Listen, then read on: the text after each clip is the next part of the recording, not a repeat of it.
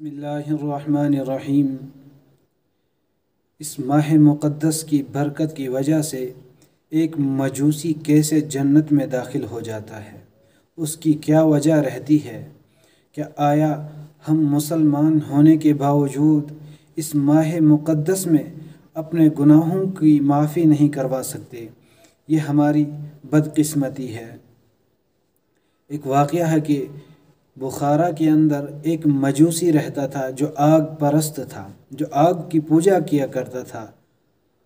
ایک مرتبہ وہ بازار سے گزرا اور اس کے ساتھ میں اس کا چھوٹا بچہ بھی ساتھ میں تھا۔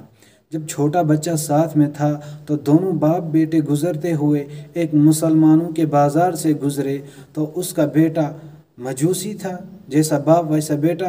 تو جب وہ وہاں پر پہنچا تو اس نے کیا کیا، اور اس نے ایک چھوٹی سی کوئی چیز نکال لی کھانے کے لیے اور کھانے لگ گیا۔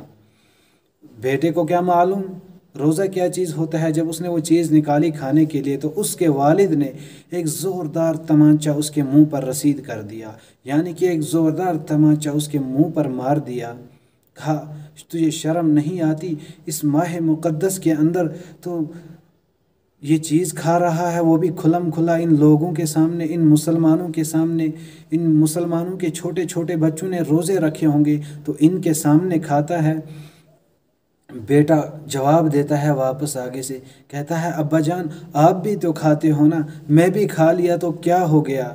تو کہا باپ نے، بیٹا میں تو کھاتا ہوں، میں گھر کے اندر کھاتا ہوں، میں باہر نہیں کھاتا، کیونکہ میں بھی اس مبارک مہینے کی جو ہے قدر کرتا ہوں، میں اس کا احترام کرتا ہوں، میں لوگوں کے سامنے نہیں کھاتا، میں چھپ چھپ کر اپنے گھر میں تنہائی میں کھاتا ہوں تاکہ مجھے کوئی دیکھ نہ لے، اس لیے میں اس مبارک مہینے کا احترام کرتا ہوں، اور تو کھلم کھلا ان چھوٹے بچوں کے سامنے کھا رہا ہے جنہوں نے روزہ رکھا ہوگا۔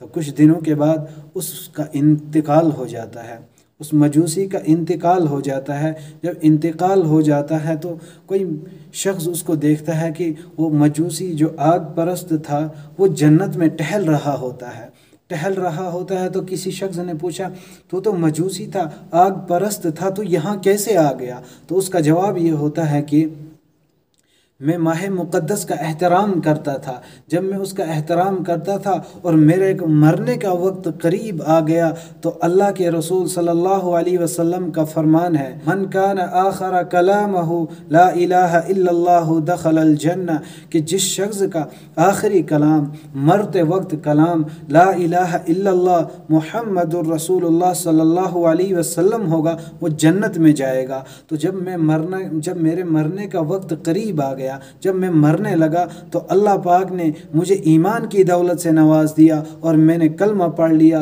تو اللہ پاک نے مجھے اس وجہ سے جو ہے جنت کے اندر داخل کر دیا۔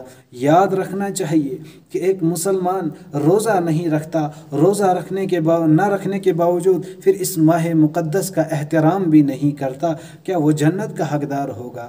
وہ مجوسی تھا، اس نے اس مبارک مہینے کا احترام کیا، ادب کیا، تو اللہ پاک کو اس کی وہ ادا پسند آئی، اور پھر جب مرا تو مرتے وقت اللہ پاک نے کلمہ کی دولت سے نواز دیا، ایمان کی دولت سے نواز دیا، اس کی زبان پر لا الہ الا اللہ جاری ہو گیا اور اللہ نے اس کے لیے جنت کے فیصلے کر دیے۔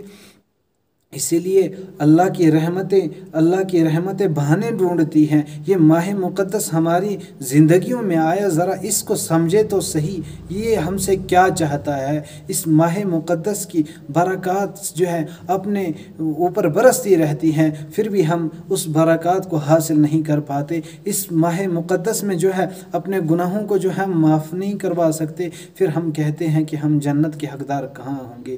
ہم جنت کے حقدار کہاں سے بنیں گے جب اس کا ہم ادب و احترام نہیں کرتے؟